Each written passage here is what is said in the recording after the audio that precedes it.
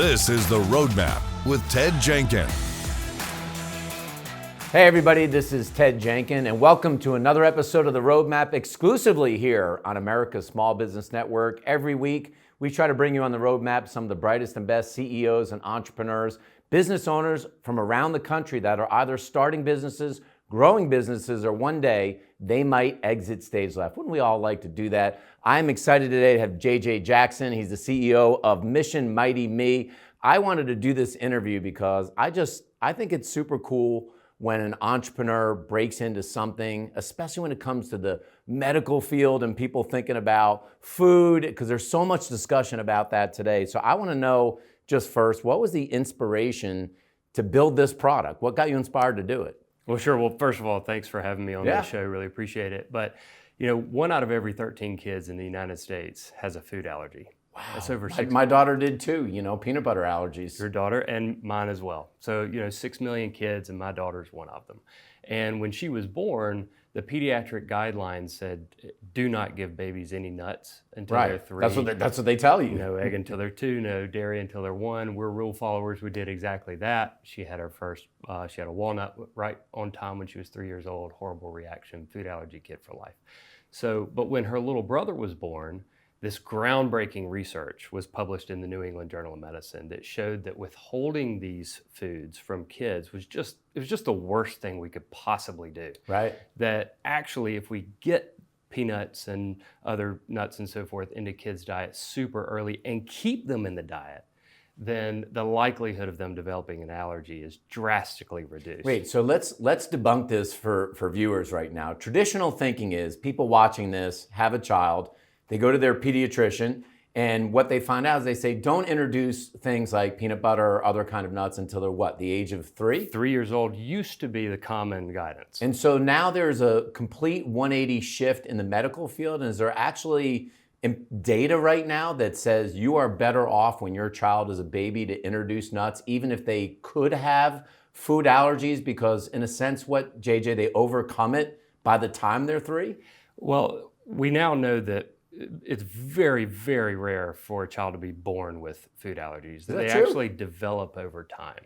Wow. And the data behind this is now crystal clear. This New England Journal of Medicine published clinical trials that were performed was just crystal clear. And since that research was published in 2015, the guidelines have actually changed now. So the American Academy of Pediatrics, the USDA, and organizations all around the world now encourage parents to get peanuts and other nuts into kids' diets super early, and importantly, to keep them in the diet consistently so the allergy never develops. So this product here, Mission MightyMe, was born out of that. You trying to be able to solve this problem, but this product is really designed basically for infants, so to speak, to the age of 3. Is that really the market for this kind of product? Well, the research was done on kids that started out having peanut in their diets between 4 to 6 months. 4 to 6 months. And they continued it consistently until they were 5 years old. And those who had peanut in their diet early and consistently ended up being almost 90% less likely to develop a food allergy than those who had followed the previous guidelines of avoiding it. So did you know anything about basically making cereal? I mean, had you ever done this before in any part of your adult life? Or you just said, hey, I got this problem.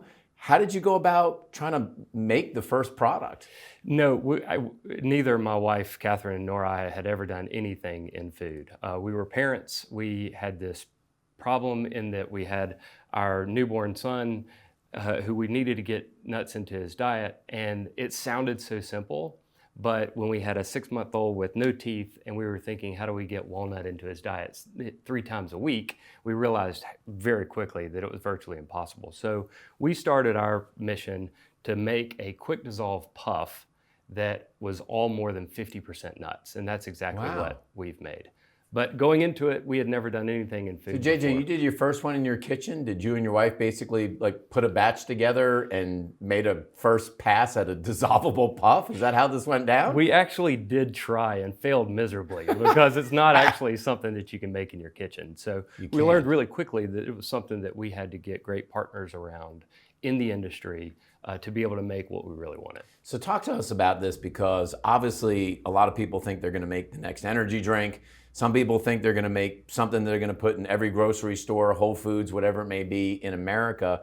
What kind of construct and what kind of capital did you have to raise or put money into to just figure out how to get this started? Because creating a consumer product is very difficult. It is difficult, and there are some products, some consumer products that you can make in your kitchen, and you can test them with friends and so forth. This specific product isn't one that we could. It's just too technical for you to be able to make it in your kitchen. To be able to do it in your kitchen. So for us, we realizing that this was something that needed to exist, we looked at our own savings and circled a number that we felt like we were willing to lose. It's scary, to go isn't and it? investigate. And it was scary, but it was just something that we felt like needed to exist. And so we started out there and started reaching out to experts all around the country in the industry that could really help us. And that's how we got going. So did you set up a board? Is that how you got experts in here? You said, hey, I'd like to get some doctors or other people that know the CPG market, and are those the kind of people you put in the board to help develop the product? Well, we actually, when we first got started, we reached out to the pediatric allergist that had discovered that peanut allergy can be prevented. He is based in London, Dr. Gideon Lack, and he was the lead author of this study that was published. It said in the all New doctors England right Journal now of Medicine. have it wrong. They just have it wrong. That's right. It was just the previous guidance was just wrong, and no research had been done to show that method was actually would work. So we reached out to him, and he wanted to help implement this research more quickly than it was currently being implemented. So we started the company together. And so he helped us from the angle of what is needed to formulate these products to make sure that they are effective.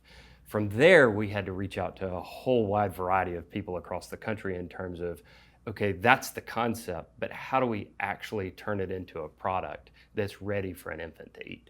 How'd you do the taste testing? Would you have a bunch of infants in a room, like basically testing the samples? I mean, who did the taste testing? We did it all the time. And look, we've got 3 kids. They're incredible taste testers, but friends with infants and toddlers. Sure. And let me tell you something. Toddlers and infants will tell you very quickly if something doesn't taste good. So we got very direct feedback. I remember as a kid seeing those right. commercials, JJ, Mikey, he likes it. That's right. That was the life cereal. And look, it has to taste. It has to taste good. We're creating a culture shifting product that has an entire society of people, our whole country and beyond, move beyond this fear of giving peanuts and tree nuts to kids, and instead just make it a normal part. JJ, do you hire a design team? Because the packaging looks beautiful. Everyone should see this on here. I mean, it's great stuff. Did you and your wife design this, or did you work with the design team to think about what might appeal to parents? And obviously, the kids at 1-year-old are probably not concerned about the packaging.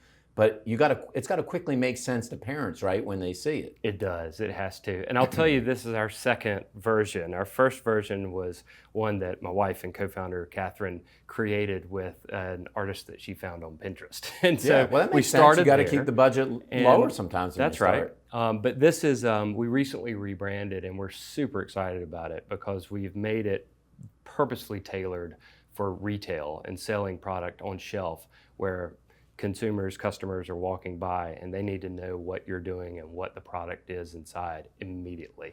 So is the mix right now? You sell mostly online and some retail, or now you're starting to put it into retail? So right now we're exclusively online. Exclusively online. Online through our own website, missionmightyme.com, and also Amazon has been a terrific channel for us. We launched our first product March of 2020, literally the month that the whole world shut down. COVID. That was not in the business plan. That's a unique twist. But what we quickly realized is that brand discovery on shelf and retail went to 0. Right. And so we pushed out all retail efforts, leaned in on e-com. And in hindsight, it's been 4 years where we've been growing and growing on on e-com through e-com, Right. and we've learned so much that has us even better positioned to make that move into retail. How do you get in retail? Do you literally, because a lot of people that are watching this may say, I've got this product. I mean, how can I get into Whole Foods? How can I get into a Publix or a Kroger or a national chain? Or am I literally going to healthy nutrition stores and say, please give me a little bit of shelf space. I know this thing will sell. How do you open that door? Yeah, this is a great question, and every product is different. There are some products that would start out great in a local coffee shop, or that would start out great somewhere that might be a little more approachable and a little more achievable to start and get feedback on. With this, from the very beginning, we had national aspirations. So our outreach, which we've now started for retail, is going much more national. And it's a process. You're trying to knock on doors, you're trying to find people who can get you to the right people, and then be ready to make your case for why you should be on shelf. I would assume a Whole Foods, a Sprouts, places like that nationally would be better. Is that what you're looking at? They're great. Each of those that you mentioned are great targets. And for us, what we have to do is make sure that we're going about our outreach in a way where we can achieve great growth, but make sure we not take on too much too quickly, so that we can logistically and production fulfill everything and be a great partner. How do you market the product? Because I would assume a lot of this is about consumer awareness and getting people educated. Like, oh, I didn't even know this could be a problem, or I hear it's a problem when I have a baby. So I've got to not only get parents educated, but there may be doctors, I'm thinking, or pediatricians that don't believe it, or they're not as educated. So do you have to spend a lot of money on doing social? Is it just outreach? How does that work? Yeah, it's a great question. We take a two-pronged approach. One is going directly to the customer, and that's primarily new parents and moms in particular. Right. And then also thinking about outreach towards physicians. And they're very different channels and very different ways to reach people. Primarily going to potential customers, we've used social media, we've used influencers, we've used digital marketing. What we've found is that moms, when they find a product that they really love, they love to tell people about it. They do, If they it do. solves a pain point and it's something that their child loves, they really love to share about it. So that's been really helpful for us. So as this business scales, how do you decide whether you take debt or you take capital or investors and still try to balance maintaining your equity in the business? Great question. Look, these are risky businesses, and they're not ones that in my opinion, lend terribly well to taking on a whole bunch of leverage to grow. We, from the very beginning, wanted to do it very responsibly and never put ourselves in a position where we would have to make any shortcuts or any decisions that wouldn't be for the long term of the business. So to date, we've funded it solely with equity, primarily through our own investments, but we've just closed a first round of Congratulations. It's not easy to do that. And how do you see down the road, how do the multiples work on this kind of business in general? So a lot of people may be wondering, if you grew this thing and you were doing $100 million of sales, what do the multiples look like, and who's a potential buyer? Is it one of the big food companies? Yeah, it's a good question, and the reality is that particularly in the early stages of these emerging growth businesses, there are no traditional metrics really. EBITDA is something they require a tremendous amount of capital up front. Right. They're typically negative cash flow businesses for a while. Yes. And so a lot of the traditional metrics are kind of out the window, and you end up, for us, kind of thinking more along the lines of what is the scenario that you're planning for? Is it an acquisition? Is it a takeout? What does that look like? And how long might it take? And then kind of working backwards on evaluation from there. Right. But the ecosystem is set up to where these emerging growth companies are out there, and the large acquirers, the major food companies, to your point, are out looking for those that are really working. Was there ever a time in this process, especially that you built this during COVID, where you thought, I had enough, I'm giving up, we're done? Oh, many times, many times. Look, it's a roller coaster, and I think many entrepreneurs that start something particularly consumer oriented probably have those feelings all the time. Yeah. And, my wife, Catherine, and I, we started the business together, raising 3 kids together. We were homeschooling our kids in the middle of COVID together. Right. I mean, there's a lot coming at us. And, we really, sometimes we feel like this may be the craziest thing that we've ever done with our careers that we worked really hard at for a very long time. But for the most part, we actually think it's going to be the most important work we've ever done. Well, please tell people where they can go online and learn more about Mission MightyMe. So missionmightyme.com is our website. It's full of all sorts of information, research about what we're doing. And then we're also available on Amazon.